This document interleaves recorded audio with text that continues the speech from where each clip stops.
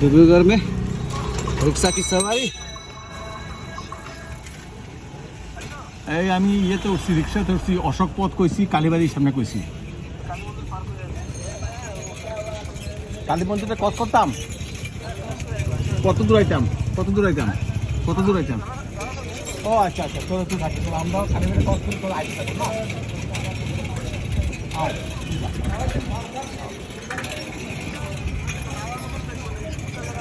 আচ্ছা আচ্ছা,